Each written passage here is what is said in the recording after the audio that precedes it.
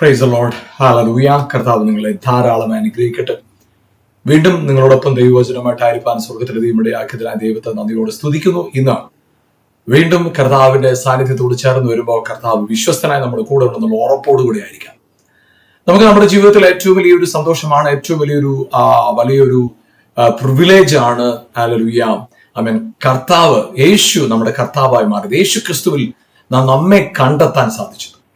അതെ, ഹല്ലേലൂയ. ക്രിസ്തുവിലുള്ള നമ്മെ കണ്ടെത്തുക എന്നുള്ളതാണ് നമ്മുടെ ഏറ്റവും വലിയ വിജയം എന്ന് പറയുന്നത്. അതായത് അവനിൽ നമ്മെ, ക്രിസ്തുവിൽ ലോകസ്ഥാപനത്തിനു മുമ്പേ നമ്മെ തെരഞ്ഞെടുത്തു. നാം ക്രിസ്തുവിലായിരുന്നു. അമ്മയുടെ ഗർഭത്തിൽ ഉരുവാകുന്നതിന് മുമ്പേ നമ്മെ തെരഞ്ഞെടുത്തു. ക്രിസ്തുവിൽ, അവനിൽ നമ്മെ തെരഞ്ഞെടുത്തു. അപ്പൊ നമ്മുടെ ജീവിതത്തിന്റെ വിജയം എന്താണെന്ന് അറിയും? ക്രിസ്തുവിലായിരിക്കുന്ന നമ്മൾ കണ്ടെത്തുന്നതാണ് നമ്മുടെ ലൈഫിലെ ഏറ്റവും വലിയ സക്സസ്.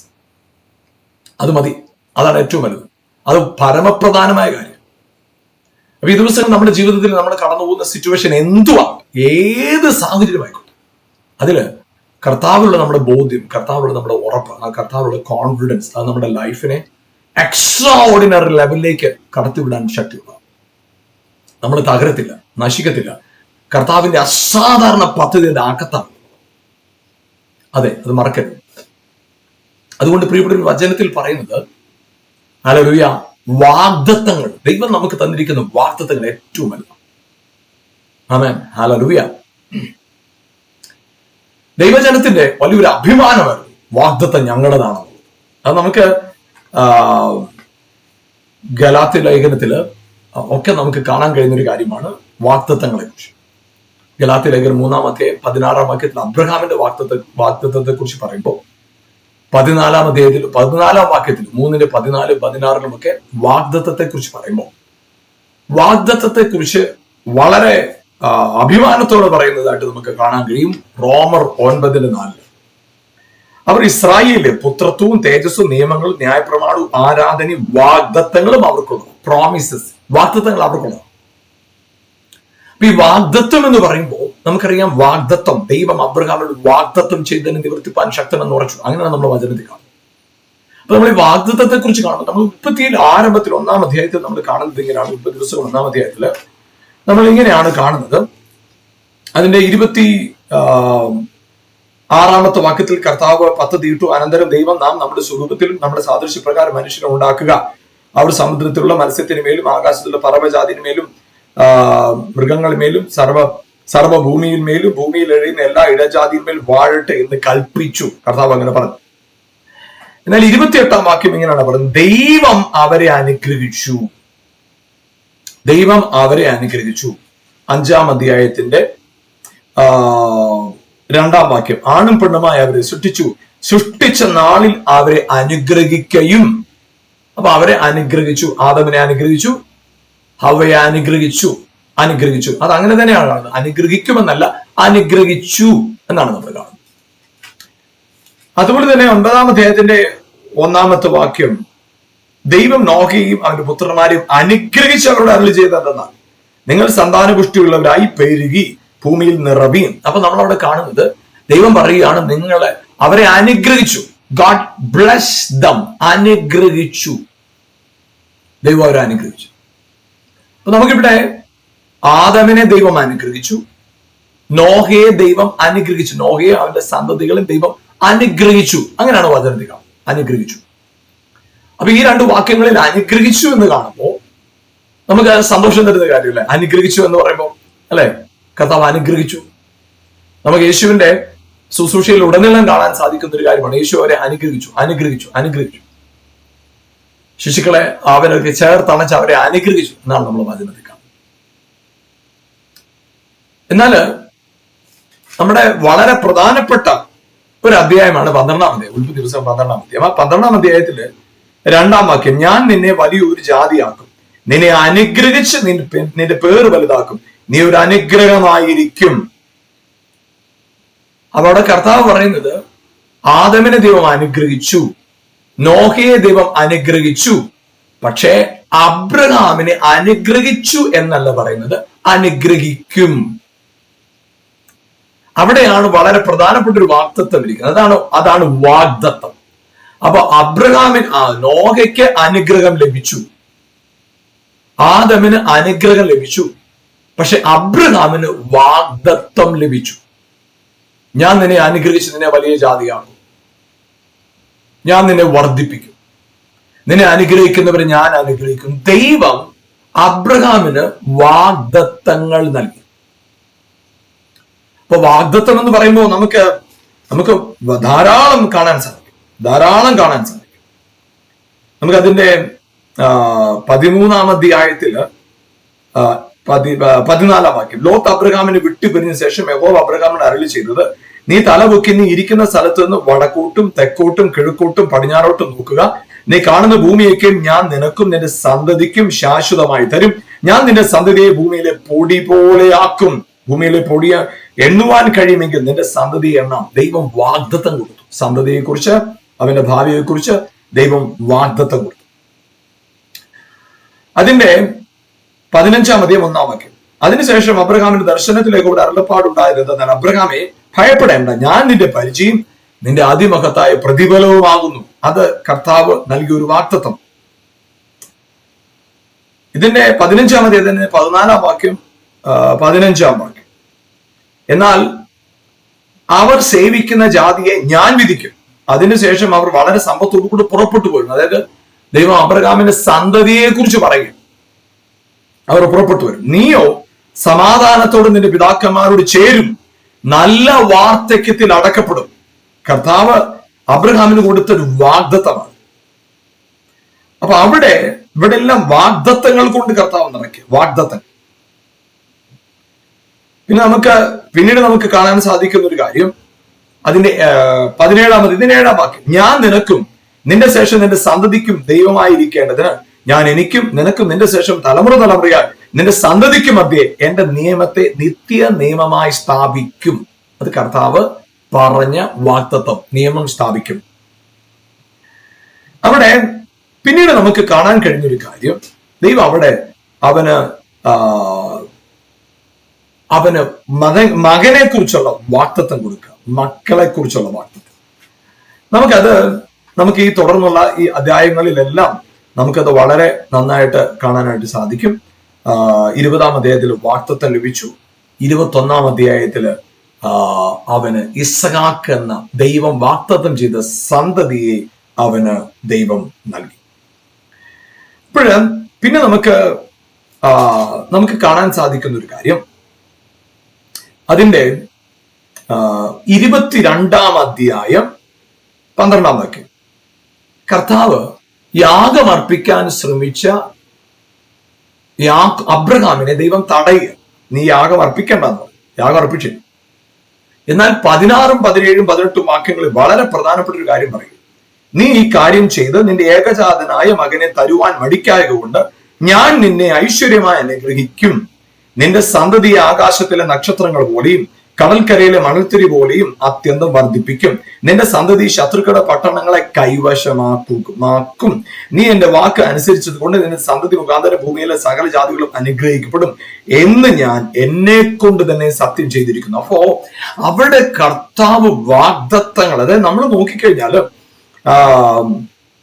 അവിടെ കാണാൻ കഴിയുന്ന ഒരു കാര്യം, അബ്രഹാമിന് തുടർച്ചയായിട്ട് കർത്താവ് പ്രോമിസുകൾ കൊടുത്തുകൊണ്ടിരിക്കുക. അബ്രഹാം ഓരോ സ്റ്റെപ്പിലും എവിടെയെല്ലാം ചിലപ്പോ നിരാശപ്പെടാനുള്ള സാധ്യതകളുണ്ട്. കാരണം സന്തതിയില്ല,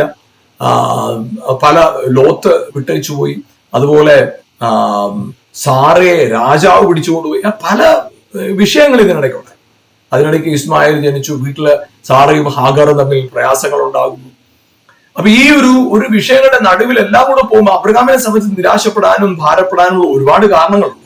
പക്ഷെ അതിന്റെ നടുവിൽ തുടർച്ചയായിട്ട് കർത്താവ് പ്രോമിസ് കൊടുത്തുകൊണ്ടിരിക്കുക. വാഗ്ദത്തം തുടർച്ചയായിട്ട് വാഗ്ദത്തം, promise, continuous promise, again and again promise. കർത്താവ് വാഗ്ദത്തം കൊടുത്തുകൊണ്ടിരിക്കുക. അങ്ങനെ തുടർച്ചയായിട്ട് വാഗ്ദത്തങ്ങൾ പ്രാപിച്ചുകൊണ്ടിരിക്കുന്ന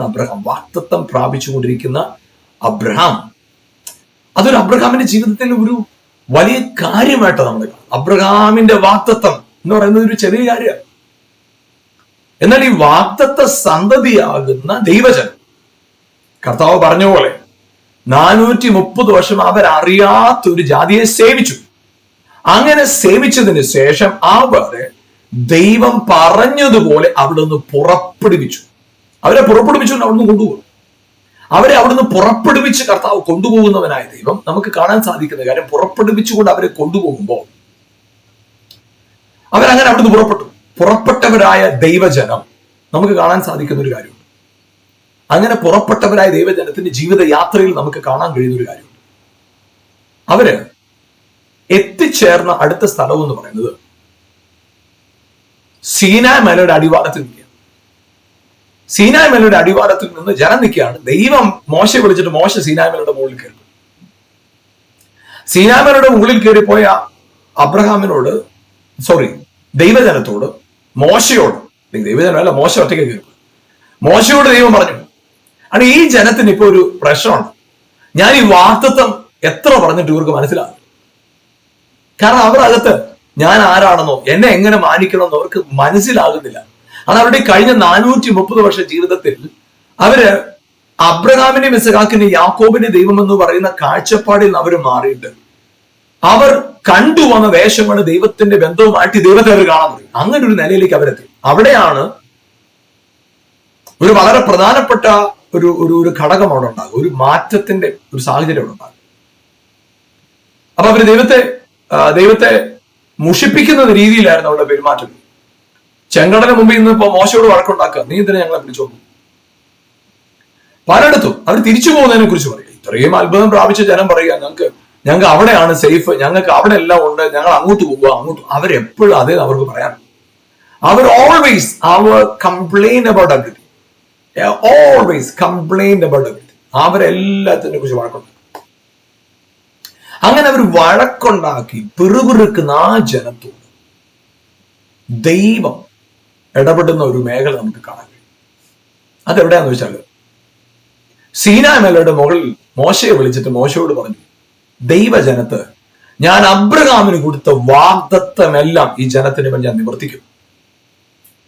അപ്പൊ ദൈവം മോശയോട് പറഞ്ഞൊരു കാര്യം, മോശെ നീ ഫറവോന് മുമ്പിൽ പോണം, എന്റെ ജനത്തെ ആരാധിക്കാൻ വിട്ടയക്കാനായിട്ട് പറഞ്ഞാൽ മതി. പക്ഷെ എന്റെ പ്ലാൻ എന്നാണെന്നറിയോ, അവർക്ക് വാഗ്ദത്തം ചെയ്തിരിക്കുന്ന പാലും തേനും ഒഴുകുന്ന ദേശം അബ്രഹാമിനോട്, ഇസഹാക്കിനോട്, യാക്കോബിനോട് ഞാൻ പ്രോമിസ് ചെയ്ത ലാൻഡിലേക്ക് ഞാൻ അവരെ കൊണ്ടുപോകും. അതായിരുന്നു കർത്താവിന്റെ വാഗ്ദത്തം, അതായിരുന്നു കർത്താവിന്റെ പ്ലാൻ. അപ്പൊ അവർ അങ്ങോട്ടുള്ള യാത്രയിൽ, ആ യാത്ര മധ്യേ കർത്താവ് അബ്രഹാമിനോട് പറഞ്ഞ സകല വാഗ്ദത്തങ്ങൾ റിപ്പീറ്റ് ചെയ്യുക, കുറച്ചുകൂടെ എക്സ്പ്ലെയിൻഡ് ആയിട്ട്, അത് വളരെ വിശദമായിട്ട് പറയും. പക്ഷേ വാഗ്ദത്തങ്ങൾ നിങ്ങൾ പ്രാപിക്കണമെങ്കിൽ നിങ്ങൾ എന്നെ കാണേണ്ട നില എങ്ങനെയാണെന്ന് വ്യക്തമായി പറഞ്ഞു കൊടുക്കുക. അതായത് അബ്രഹാമും ഇസഹാക്കും യാക്കോബും വിശ്വാസത്താൽ നീതീകരിക്കപ്പെട്ടവരാണ്. വിശ്വാസത്താൽ നീതീകരിക്കപ്പെട്ട അവരുടെ ജീവിതത്തിൽ നീതിമാന്മാരാകപ്പെട്ട അവരുടെ ജീവിതത്തിൽ അവര് നടന്ന വഴികളെ ദൈവം ഇവരോട് പറയുക, ഇങ്ങനെയൊക്കെ ആയിരിക്കണം, കൊല ചെയ്യരുത്, വ്യഭിചാരം ചെയ്യരുത്, മോഷ്ടിക്കരുത്, കള്ളസാക്ഷ്യം പറയരുത്, മോഹിക്കരുത്. കർത്താവ് കൽപ്പനകൾ ഇങ്ങനെ പറഞ്ഞു. അപ്പൊ ഈ കൽപ്പനകൾ, ഈ 10 കൽപ്പന അവരുടെ ഉള്ളിൽ കിട്ടിയപ്പോൾ അവർക്കൊരു കാര്യം മനസ്സിലായി, ഇത് ഈ കൽപ്പനകൾ അനുസരിച്ച് ഞങ്ങൾക്ക് ഇങ്ങനെ എത്താൻ പറ്റുമോ, അവർക്കൊരു ഐഡിയ. ആ നിലവാരത്തിൽ അവർ അത്രത്തോളം അവര് ദൈവം വഴിവിട്ട് മാറിപ്പോകുന്നതാണ്. അങ്ങനെ ഇരിക്കുന്ന അവരോട് ദൈവം പറഞ്ഞു, കൽപ്പനകളെ കൊടുത്തിട്ട് പറഞ്ഞു, ഇതെല്ലാം ചെയ്യണം, ഇത് ചെയ്യാത്തവനെ ഛേദിച്ചു കളയാം, ഇത് തെറ്റുപറ്റുന്നവനെ എന്റെ ജനത്തിന്റെ നിന്ന് ഛേദിച്ചു കളയാം. അതാ കർത്താവ് പറഞ്ഞു. കൽപ്പനകൾ വളരെ വളരെ നിർബന്ധമാണ്. കാരണം നമുക്കറിയാം, യേശുവിന്റെ കാലത്ത് വ്യഭിചാരക്കുരുതിൽ പിടിച്ചുകൊണ്ടുവന്ന സ്ത്രീയെ കല്ലെറിഞ്ഞ് കൊല്ലണമെന്നാണ് പറഞ്ഞത്. കൊല്ലണം. നമുക്കറിയാലോ, ഹായി പട്ടണത്തിൽ വെച്ച് തോറ്റോടിയ ജനത്തെ നറുക്കിട്ട് ആഖാന് നറുക്ക് വീണപ്പോ ആ കുടുംബത്തെ മുഴുവൻ വലിയ കൂമ്പാരം കൂട്ടി കൊന്നു കളഞ്ഞു. നമുക്കറിയാം, ഊസായ് എന്ന് പറയുന്ന ഒരു പുരോഹിതൻ നിയമപ്പെട്ടകം കാളയുടെ മുകളിൽ നിന്ന് ഒന്ന് ചരിഞ്ഞ് താഴെ വിടാൻ തുടങ്ങിയപ്പോൾ കയറി പിടിച്ചതാണ്. അദ്ദേഹം അവിടെ വെച്ച് മരിച്ചുപോയി. അപ്പൊ അത്രത്തോളം ദൈവത്തിന്റെ ന്യായവിധിയുടെ തീവ്രത നിൽക്കുന്ന കാലം. അപ്പൊ കർത്താവോട് പറഞ്ഞു, ഇതൊക്കെ ചെയ്യണം, ഈ കൽപ്പനകളെ നിങ്ങൾ അനുസരിച്ചേ പറ്റൂ, അനുസരിക്കാതെ ഒരു നിർവാഹവുമില്ല. കർത്താവ് നിർബന്ധമായിട്ട് പറഞ്ഞു. അപ്പൊ ആ നിർബന്ധങ്ങളുടെ ചേർന്ന് പറയുന്ന ഒരു കാര്യം ആവർത്തന പുസ്തകം 28-ാം അധ്യായത്തിൽ അത് വളരെ വ്യക്തമായി പറയുന്നു. ആവർത്തന പുസ്തകം 28 നമുക്ക് ഇങ്ങനെ കാണാനായിട്ട് കഴിയും. ഞാൻ 1-2 വാക്യം. നിരുദയമായ യഹോവയുടെ വാക്ക് നീ ശ്രദ്ധയോടെ കേട്ട് ഞാൻ ഇന്ന് നിന്നോട് ആജ്ഞാപിക്കുന്ന അവന്റെ സകല കൽപ്പനകൾ പ്രമാണിച്ച് നടന്നാൽ നിന്റെ ദൈവമായ യഹോവ നിന്നെ ഭൂമിയിലുള്ള സർവ്വജാതികൾക്കും മീതെ ഉന്നതമാക്കും. നിന്റെ ദൈവമായ യഹോവയുടെ വാക്ക് കേട്ടനുസരിച്ചാൽ നീ ഈ അനുഗ്രഹങ്ങളെല്ലാം നിനക്ക് സിദ്ധിക്കും. ഈ അനുഗ്രഹങ്ങളെല്ലാം നിനക്ക് വരും. അപ്പൊ അബ്രഹാമിനോട് പറഞ്ഞു തന്നെ, നിന്നെ ഞാൻ അനുഗ്രഹിക്കും അനുഗ്രഹിച്ചു എന്നല്ല, അനുഗ്രഹിക്കും. അപ്പൊ അത് തന്നെ ഇവരോട് പറയാം. ഇവരോട് പറഞ്ഞു ഞാൻ നിന്നെ അനുഗ്രഹിക്കും. അപ്പൊ അബ്രഹാമിനോട് പറഞ്ഞ അനുഗ്രഹിക്കും എന്നതിനും ഇവരോട് പറഞ്ഞ അനുഗ്രഹിക്കും എന്നതിനും രണ്ട് വ്യത്യാസം, വളരെ പ്രധാനപ്പെട്ട ഒരു വ്യത്യാസം. അതായത് ഒന്ന്, അബ്രഹാമിനോട് ദൈവം വാഗ്ദത്തം പറഞ്ഞു, ഒരു നിബന്ധനയും പറഞ്ഞില്ല. നീ ഇന്നെ പോലൊക്കെ ചെയ്താ ഞാൻ അനുഗ്രഹിക്കും എന്നല്ല പറഞ്ഞു. ഇസഹാക്കിനെ തരുവാൻ മടിക്കായതുകൊണ്ട് ഞാൻ നിന്റെ സന്തതിയോട് ഉടമ്പടി ചെയ്യും, നിത്യ നിയമമായിരിക്കും, അതൊക്കെ അവിടെ പറഞ്ഞത്. പക്ഷെ ഇസഹാക്കിനെ തരുന്നതിന് മുമ്പ് തന്നെ ദൈവം അബ്രഹാമിനോട് പറഞ്ഞു, ഞാൻ നിന്നെ അനുഗ്രഹിച്ച വലിയ ജാതിയാണ്, നിന്റെ പേര് വലുതാക്കും, നിന്റെ സന്തതിയെ അനുഗ്രഹിക്കും, നിന്റെ സന്തതിയെ വർദ്ധിപ്പിക്കും, നിന്നെ ഞാൻ പരിചയമാണ്, നിന്റെ കോട്ടയാണ്, നിന്റെ പ്രതിഫലമാണ്. ഇത് കർത്താവ് ഓൾറെഡി പറഞ്ഞു. അത് ഇസഹാക്കിനെ കൊടുത്തു കഴിഞ്ഞാൽ അതിന് മുമ്പേ കർത്താവ് പറഞ്ഞു. അപ്പൊ കർത്താവ് അബ്രഹാമും ദൈവം തമ്മിലുള്ള കോണ്ടാക്ട്, അബ്രഹാമും ദൈവം തമ്മിലുള്ള ബന്ധത്തിൽ നമുക്കവിടെ കാണാൻ കഴിയുന്നത് നിബന്ധനകളില്ലാത്ത ദൈവവ്യവസ്ഥ നമുക്കവിടെ കാണാൻ കഴിയുന്നു. നിബന്ധനകളില്ലാത്ത വാഗ്ദത്തം നമുക്കവിടെ കാണാൻ കഴിയുന്നു. അപ്പൊ ആ അബ്രഹാമിന് ദൈവം വാഗ്ദത്തങ്ങളൊക്കെ കൊടുത്ത് ഒരു നിബന്ധനകളും ഇല്ലാത്ത വാഗ്ദത്തം. എന്നാൽ അതേ വാഗ്ദത്തങ്ങൾ സൗഖ്യമാകണം, അനുഗ്രഹിക്കപ്പെടണം, നീ ചെയ്യുന്നതെല്ലാം മാനിക്കപ്പെടണം, നീ വായ്പ കൊടുക്കുന്നവനായി മാറണം, നീ തലയായി മാറണം, നീ ഉയർച്ച പ്രാപിക്കണം, പട്ടണത്തിലും ദേശത്തിലും നീ അനുഗ്രഹിക്കപ്പെടണം. നീ ഒരു കാര്യം ചെയ്യണം, ഈ കൽപ്പനകൾ മുഴുവൻ പ്രമാണിക്കണം,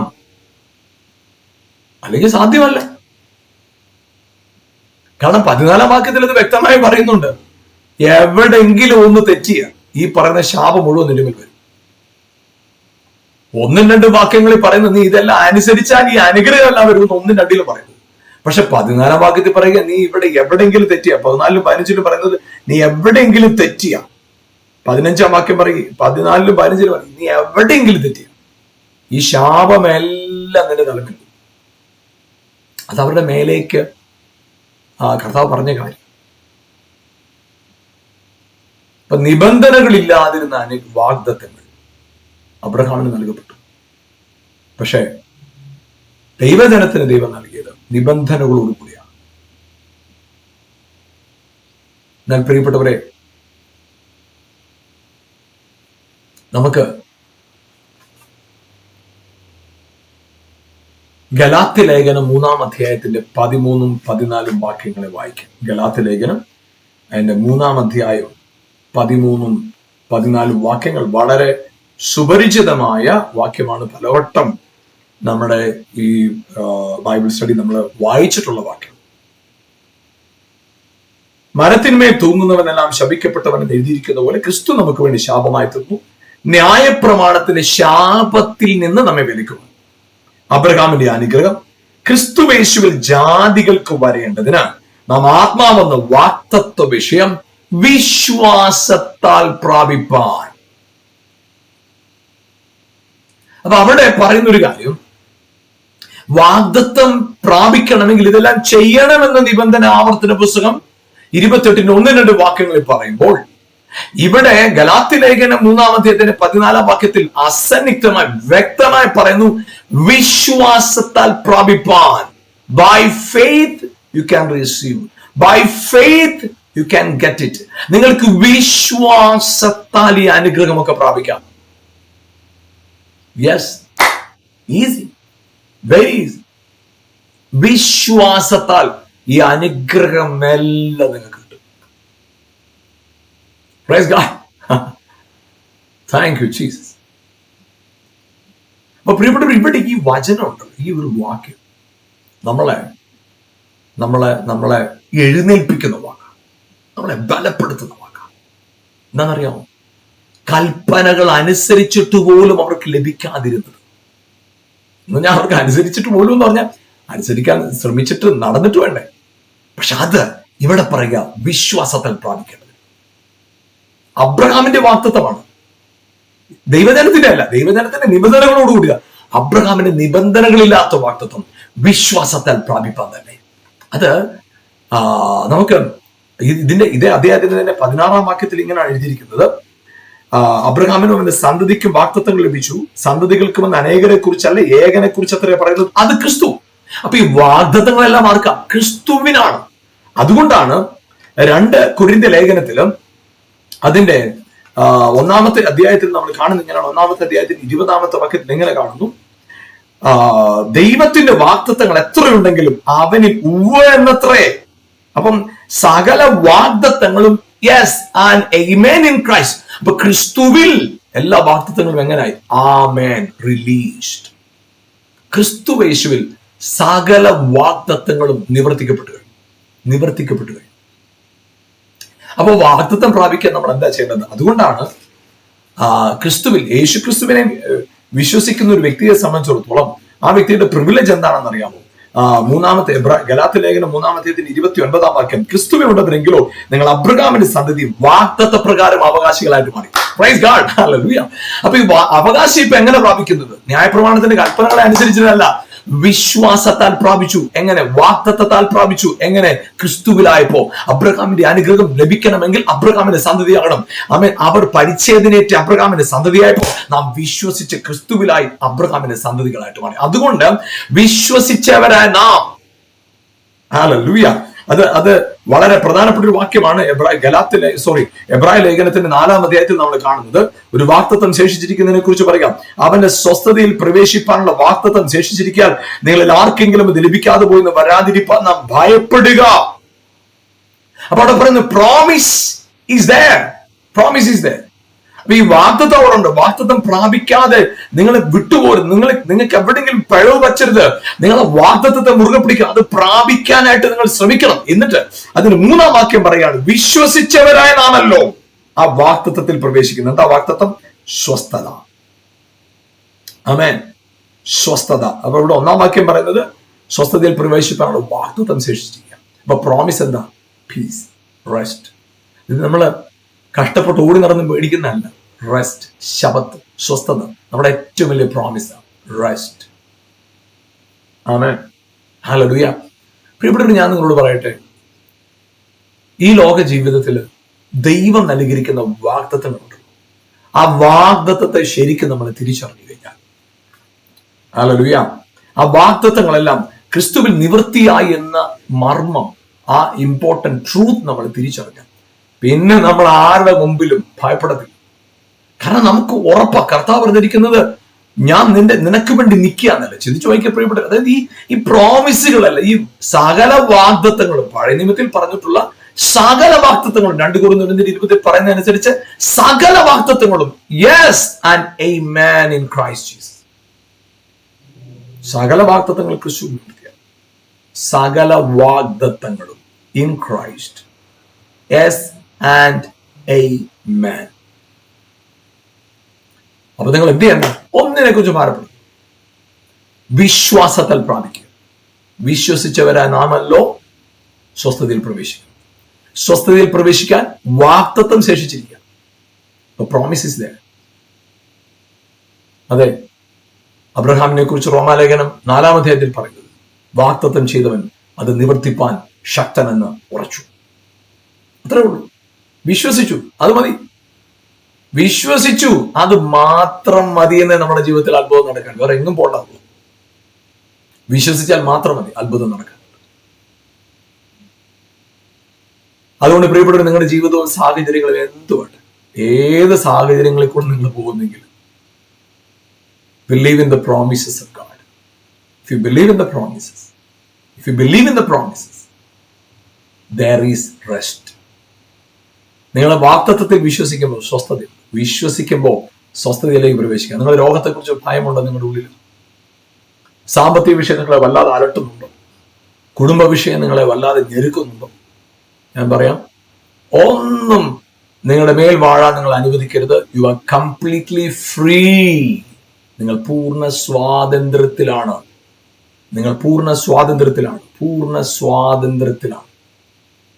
നിങ്ങളുടെ ഉള്ളില് ദൈവിക സ്വസ്ഥത സകല മേഖലകളിലും വാഴട്ടെ. നിങ്ങളൊരു അനുഗ്രഹമായി തീരുക എന്നത് ദൈവിക പദ്ധതി. എല്ലാ നിലകളിലും ഉയർച്ച പ്രാപിക്കുക എന്നത് ദൈവിക പദ്ധതിയാണ്.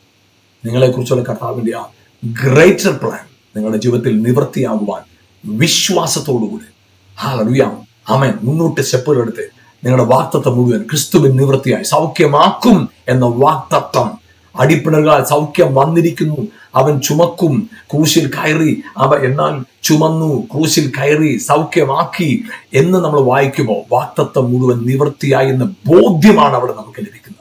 അതുകൊണ്ട് പ്രിയപ്പെട്ടവരെ, വാഗ്ദത്തം മുഴുവൻ നിവൃത്തിയായി. നമ്മൾ എന്ത് ചെയ്താൽ മതി? വിശ്വാസത്താൽ പ്രാപിച്ചാൽ മതി. അതാണ് ഗലാത്യ ലേഖനം 3:14 പറയുന്നത്. ആമേൻ. ആത്മാവെന്ന വാഗ്ദത്ത വിഷയം വിശ്വാസത്താൽ പ്രാപിപ്പാൻ തന്നെ.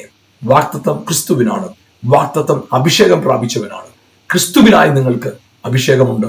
അഭിഷേകമുള്ള നിങ്ങളിൽ വാഗ്ദത്തമുണ്ട്. അതിന് നിവൃത്തിയുണ്ട്. ധൈര്യത്തോടെ ചുവടുകൾ മുന്നോട്ട്. God bless U. നമുക്ക് ഒരുമിച്ച് പ്രാർത്ഥിക്കാം. ഞങ്ങളുടെ നല്ല കർത്താവേ, അനുഗ്രഹീതമായ സമയത്തിനായിട്ട് ഞങ്ങൾ അങ്ങേക്ക് നന്ദി പറയും. ഞങ്ങളെ കേൾപ്പിച്ച ദൈവിക ആലോചനകൾക്ക്, ആ വചനത്തിനായി സ്തോത്രം. കർത്താവ്, ഞങ്ങളുടെ ജീവിതത്തിൽ ഞങ്ങൾ എവിടെയെങ്കിലും സംശയത്തിലും ഭാരത്തിലും നിരാശയിലും കടന്നു പോയിട്ടുണ്ടെങ്കിൽ ഞങ്ങളുടെ വാഗ്ദത്തങ്ങൾ ക്രിസ്തുവിൽ നിവൃത്തിയായി എന്ന ബോധ്യത്തോടുകൂടെ, ക്രിസ്തുവിലാണ് ഞങ്ങളെന്ന ബോധ്യത്തോടെ ചുവടുകൾ വെക്കാൻ പരിശുദ്ധാത്മാവ് സഹായിക്കുന്നത്. അപ്പൊ ഞങ്ങളെ ഓരോരുത്തരും ഞങ്ങളുടെ കരങ്ങളിൽ കേൾപ്പിക്കുന്നു. കൃപയിൽ പൊതിയണം. അനുഗ്രഹിച്ച് പ്രാർത്ഥിക്കും. രോഗികളായിട്ട് എന്നെ കാണുന്നവർക്ക് പ്രാർത്ഥിക്കുന്നു. ഞങ്ങളുടെ വാഗ്ദത്തമാണല്ലോ സൗഖ്യം. കടഭാരത്താൽ ഞെരുങ്ങുന്നവർക്ക് പ്രാർത്ഥിക്കുന്നു. ഞങ്ങളുടെ വാഗ്ദത്തമാണല്ലോ സമൃദ്ധി. കുടുംബജീവിതത്തിൽ തകർന്നവർക്കായി പ്രാർത്ഥിക്കുന്നു. കർത്താവേ, സകല കുടുംബങ്ങൾക്കും പേർ വരുവാൻ കാരണക്കാരനായവനാണല്ലോ. കുറ്റബോധത്താൽ ഭാരപ്പെടുന്നവർക്ക് പ്രാർത്ഥിക്കുന്നത്. സകല അവരുടെ അകൃത്യങ്ങളെ ഓർക്കുകയില്ല എന്ന ഞങ്ങളുടെ വാഗ്ദത്തം ഉണ്ടല്ലോ. ആ വാഗ്ദത്ത നിവൃത്തി അവരിൽ വെളിപ്പെടട്ടെ. വിശ്വാസത്താൽ വാഗ്ദത്തം പ്രാപിച്ച് അതേ കർത്താവ്, രോഗങ്ങൾ, ശാപങ്ങൾ, ഭാരങ്ങൾ, നിരാശകൾ സകലതിനെ മറികടക്കുന്നവരായിട്ട് അവർ കുതിക്കട്ടെ. കർത്താവെ, അവരെ ഒരു അനുഗ്രഹമാക്കി നിർത്തുന്നതിനായി സ്തോത്രം. അവരുടെ കരങ്ങൾ ഏൽപ്പിക്കുന്നു. നൽകിയ നന്മകൾക്കായി സ്തോത്രം. മഹത്വം എല്ലാം അറുക്കപ്പെട്ട കുഞ്ഞാടി യേശുവിൻ നാമത്തിൽ തന്നെ പിതാവേ. Amen, amen, amen. Praise God. Hallelujah. എല്ലാ വിധത്തിലും നിങ്ങളൊരു അനുഗ്രഹമാണ്. മറക്കരുത്. എല്ലാ വിധത്തിലും അനുഗ്രഹത്തിൽ വാഴുവാൻ, വസിപ്പാൻ പരിശുദ്ധാത്മാവ് നിങ്ങളെ സഹായിക്കട്ടെ. എവിടെങ്കിലും നിങ്ങൾ നിരാശയിലും ഭാരത്തിലും ഭയത്തിലുമാണ് കിടക്കുന്നെങ്കിൽ നിങ്ങൾ ക്രിസ്തുവിന്റെ ആത്മാവിനാൽ നീതീകരിക്കപ്പെട്ടു. രോഗം നിങ്ങളുടെ മേൽ വാഴത്തില്ല. ക്ഷാമം never. You are A new creation because you are in Christ. ഒരു സംശയം വേണ്ടത്. ആ ക്രിസ്തുവിനാണെന്നുള്ള ബോധ്യത്തിൽ ചുവടുകൾ എടുത്തു വെക്കുക. മുന്നോട്ട് കുതിക്കുക. പ്രിയപ്പെട്ടവരെ, തോൽക്കരുത്, നിരാശപ്പെടരുത്. കർത്താവ് നിങ്ങൾ അനുഗ്രഹിക്കട്ടെ. ഈ പ്രോഗ്രാം നിങ്ങൾക്ക് അനുഗ്രഹമായിരുന്നു എന്ന് വിശ്വസിക്കുന്നു. ഈ പ്രോഗ്രാം മറ്റുള്ളവർക്ക് പരിചയപ്പെടുത്തുകയും ഒപ്പം ഈ പ്രോഗ്രാമിനെ ഓർത്ത് പ്രാർത്ഥിക്കുകയും ചെയ്യും. ഞങ്ങളുടെ പുസ്തകങ്ങൾ സൗജന്യമായി ലഭിക്കുവാനായിട്ട് ഈ കാണുന്ന ഫോൺ നമ്പറിൽ ഞങ്ങളുമായി ബന്ധപ്പെടുക. നിങ്ങൾക്ക് ആ പുസ്തകങ്ങൾ സൗജന്യമായി ലഭിക്കുക മാത്രമല്ല, അറിയാം, നിങ്ങളെ ഓർത്ത് ഞങ്ങൾ പ്രാർത്ഥിക്കാൻ, നിങ്ങളെ ഓർത്ത് കർത്താവിന് സ്തോത്രം ചെയ്യാൻ, ആമേൻ, അത് മുഖാന്തരമായി തീരും. കർത്താവ് നിങ്ങളെ ആയിരിക്കുന്ന സ്ഥലത്ത് മലമേലിരിക്കുന്ന പട്ടണം പോലെ പ്രകാശിക്കുന്ന വിളക്കായി കർത്താവ് നിങ്ങളെ നിർത്തി മാനിക്കട്ടെ. God bless you. ആമേൻ.